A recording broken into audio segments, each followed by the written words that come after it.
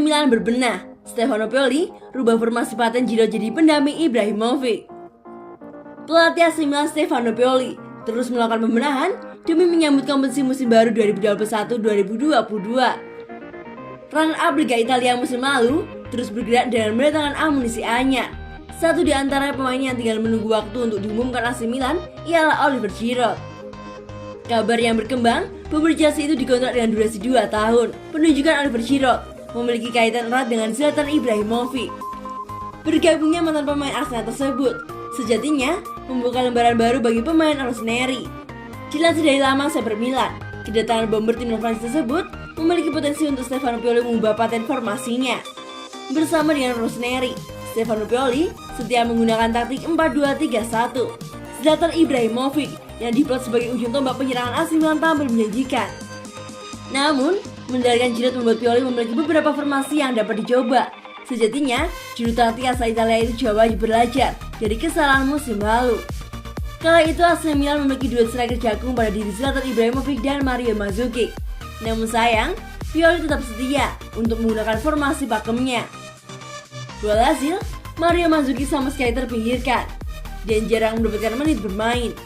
Imbasnya, mantan pemain timnas Kroasia itu tampil tumpul dan dirgol saat membela Panji Rossoneri. Kesalahan tersebut wajib menjadi cerminan bagi Pioli untuk menyikapi kedatangan seorang Oliver Giroud. Pasalnya, dengan kedatangan Giroud, Pioli bisa menggunakan taktik formasi 4-3-1-2. Jujur saja, perubahan menjadi dua striker utama jelas memiliki imbas pada tupoksi alias jatah bermain. Posisi wingers bakal dihapuskan untuk menguatkan pada lapangan tengah. Posisi yang tak mungkin tersentuh adanya perubahan formasi tersebut ialah penyerang lubang.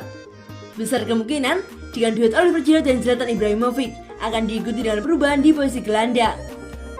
Jika sejauh ini peran double pivot menjadi pemilikan mutlak Kessie dan Benacer, maka Sandro Tonali bisa menjadi pelengkap tiga sejajar gelandang tengah untuk melengkapi perubahan formasi menjadi 4-3-1-2. Stefano Pioli sendiri tak menampik bahwa timnya bakal mencoba untuk menggunakan taktik baru. Oleh karena itu, penggunaan duet Giroud dan Ibrahimovic di depan adalah formasi yang sangat mungkin diterapkan oleh Rossoneri. Mungkin ada, ini adalah hal yang selalu saya lakukan dalam karir saya, dan jadi tidak terduga bisa memiliki keuntungan. Terang Stefano Pioli dikutip dari laman Sport Mediaset. Kami akan mencoba hal-hal baru, tetapi tanpa melupakan karakteristik kami. Pungkasnya. Jalinan kasih Luis Alberto dengan AC Milan terhadap mahar tinggi dari Presiden Lazio. Ibarat sebuah hubungan, gelandang Lazio Luis Alberto memiliki ketertarikan dengan AC Milan pun sebaliknya. Luis Alberto memiliki keinginan kuat untuk pindah dan bergabung dengan AC Milan pada bursa transfer musim panas kali ini. Akan tetapi, rajutan hubungan yang ingin dibentuk AC Milan dengan Luis Alberto terhalang oleh Presiden Lazio, Claudio Lotito. Sebagaimana yang diketahui, Rossoneri AC Milan berupaya untuk mendatangkan amunisi baru demi menyambut musim 2021-2022. Satu di antara sektor permainan AC Milan yang diinginkan bisa mendapatkan asupan tenaga anyar ialah gelandang serang. Dilansir dari laman Corriere della Sera, pemain Lazio tersebut telah memberikan kode yang keras pada Lazio untuk bisa pindah ke klub. Pemain yang berusia 28 tahun itu belum bergabung dalam sesi pramusim Lazio, padahal klub sudah mulai persiapan bersama pelatih baru Maurizio Sarri. Alienator AC Milan, Stefano Pioli, sangat tertarik pada jasa Luis Alberto. Akan tetapi, proses kepindahan Luis Alberto ke AC Milan diprediksi tak akan mudah meski kedua belah pihak sama-sama ingin menjalin hubungan. Ada satu masalah yang mendasari mengapa kepindahan Luis ke publik San Siro bakal seret. Alasan utamanya ialah transfer rumit dari Luis Alberto. Lazio siap membuka pintu keluar bagi Luis Alberto. Akan tetapi, Presiden Lazio Claudio Tito punya syarat yang sangat berat. Lotito hanya akan melepas pemain dengan 175 caps untuk Lazio, itu jika mendapat tawaran minimal 50 juta euro. Namun tersebut tergolong tinggi bagi AC Milan. Perlu diingat, Rossoneri tengah mengembangkan proyek jangka panjang, baik itu dari segi finansial klub, pemain muda, maupun stadion baru. Walhasil, jika kita lihat dalam beberapa kesempatan transfer AC Milan, klub sekota Inter itu selalu menggunakan cara permainan plus opsi pembelian permanen. Namun dengan mahar yang ditetapkan oleh Lotito, bukan menjadi hal yang gampang bagi Stefano Pioli untuk bisa mendarikkan Luis Alberto ke publik San Siro. Tugas berat terus memantau Maldini. Jelang Piala Dunia 1994, salah satu aparat kenamaan, membuat iklan bergambarkan Paolo Maldini sebagai ikonnya. Iklan tersebut menggambarkan bahwa penjaga gawang Italia adalah pekerjaan termudah di dunia karena adanya Maldini.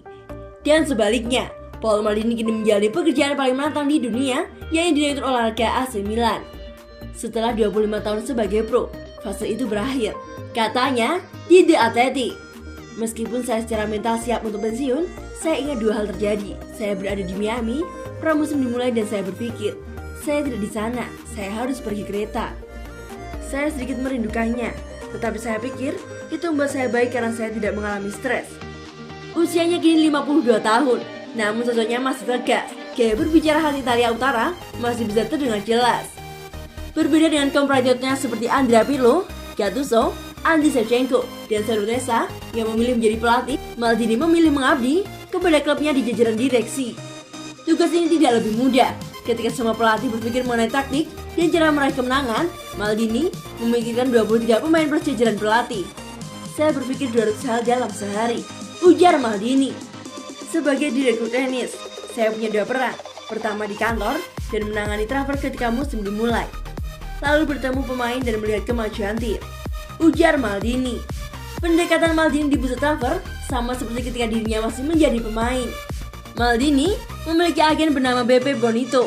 Bisa dibilang ini adalah pekerjaan paling mudah. BP nyaris tidak pernah bernegosiasi secara intens untuk Maldini. Pasalnya, kapten yang membawa Milan juara Liga Champions 2003 dan 2007 selalu menyuruh BP untuk tidak berbelit dan menyetujui apa yang disodorkan oleh AC Milan. "Hanya sekali saya menyuruhnya bernegosiasi setelah final Liga Champions 2007. Namun AC Milan segera menyetujui persyaratan yang saya ajukan," ungkapnya bernostalgia. Hal inilah yang diterapkan oleh Maldini bersama AC Milan. Ia paham bagaimana Milan kini telah bangkit dari saga pemilik sebelumnya dan secara finansial mulai sehat.